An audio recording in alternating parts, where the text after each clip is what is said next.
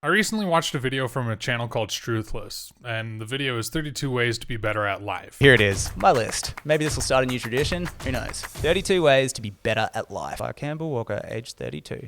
And he got the idea from Kevin Kelly, who has 68 pieces of unsolicited advice. Here are 68 bits of advice. The idea is you give a piece of advice for every year that you've been alive. So here are 28 pieces of advice from a 28-year-old that thinks he knows more than he actually does. Number 1, at least once a month, take public transportation, whether that's a train, that's a bus, a tram, a trolley, a streetcar, whatever it is. This will make you feel a little more connected to your community, and you'll start to see that there are other options out there, and you'll start to believe in the expansion of those options. Number 2, wear sunscreen.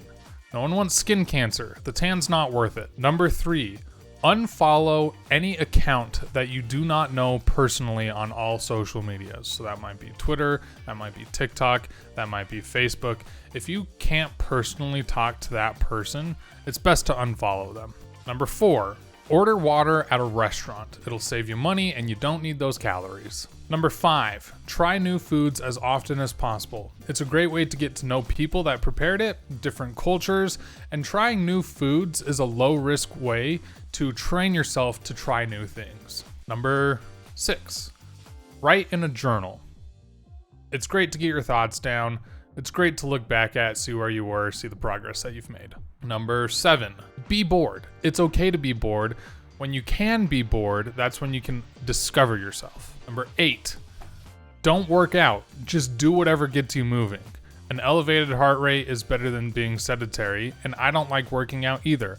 Some people do video games that are in VR. Some people do the Wii Fit stuff, Just Dance, those different things. Some people just like to put on music and boogie. Whatever gets you moving, do that. Don't think you have to work out. Number 9, forgive yourself. Oftentimes we hear forgive other people, but I think forgiving yourself can be a bigger blessing in your life. Number 10, avoid debt as much as you can, but if you have to get into debt, do it wisely, i.e., purchasing a home. That's an asset that'll go up in value. Number 11, consciously appreciate at least one thing a day. This will help you get into a gratitude mindset, and a gratitude mindset really can shift your whole perspective on life. Number 12, get 8 hours of sleep a day. Grind culture will tell you that you have to go 20 hours a day, get 4 hours of sleep, wake up at the butt crack of dawn, but your body cannot function without proper sleep. It is best to get those 8 hours. Number 13, go to therapy. I don't care how mentally stable you feel. I don't care if you think there's a stigma around it. Having somebody that is there to help you understand yourself and understand how your mind works and understand how you can overcome the things that are barricading your mind, huge help. Everyone can benefit from therapy. Number 14, say I love you. Say I love you to the people in your life. Let them know that you love them. Number 15, if you can, leave your country at least once in your life. If you can't afford to leave your country, travel as far away from your home as your means allow. Number 16, watch the bees. This essentially just means look at nature and observe it. There's a drive-thru that I've been at a couple of times, and outside the drive-thru, there are just these flowering bushes. And during the summer, there's often bees by these bushes, buzzing around, pollinating, doing what bees do. And while I'm waiting for my food to be handed to me, I like to look at these bees and just realize there is a whole ecosystem at play right here.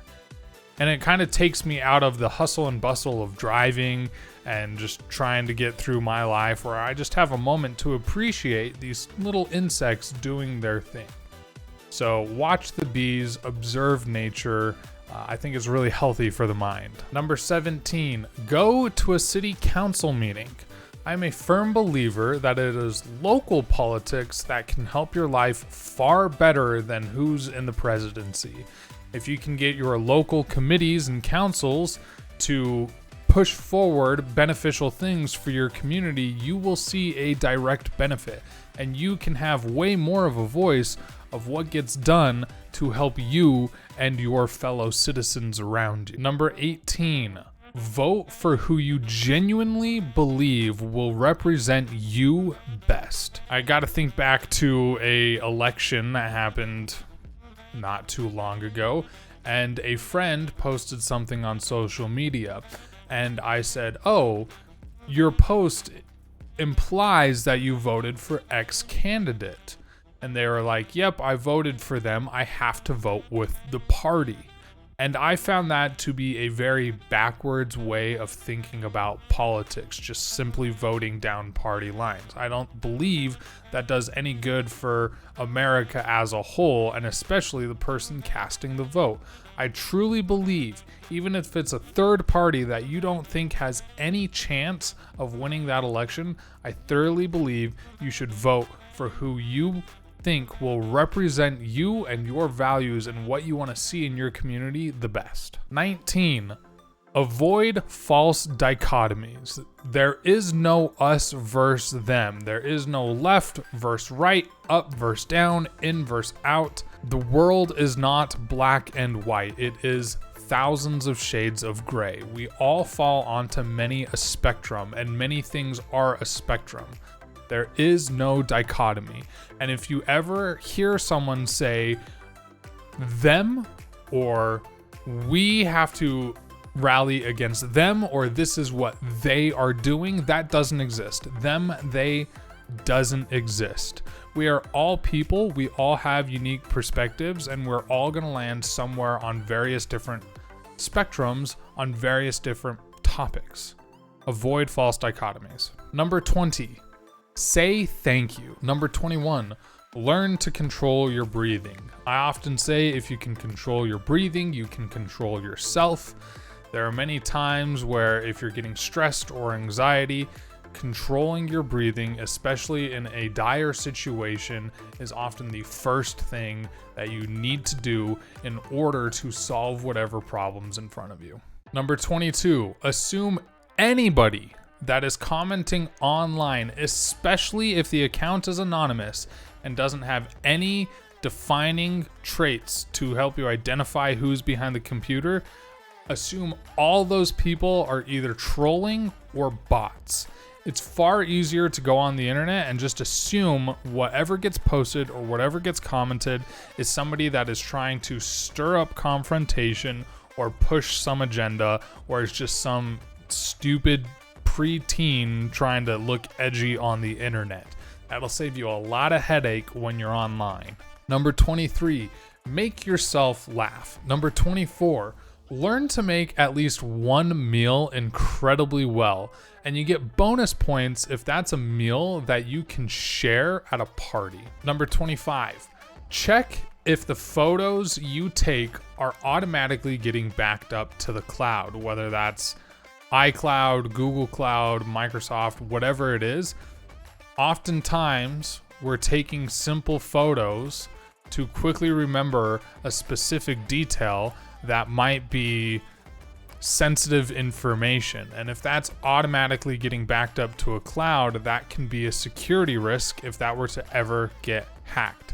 I'm a firm advocate for, if you can locally store your information, do that over putting it on the cloud.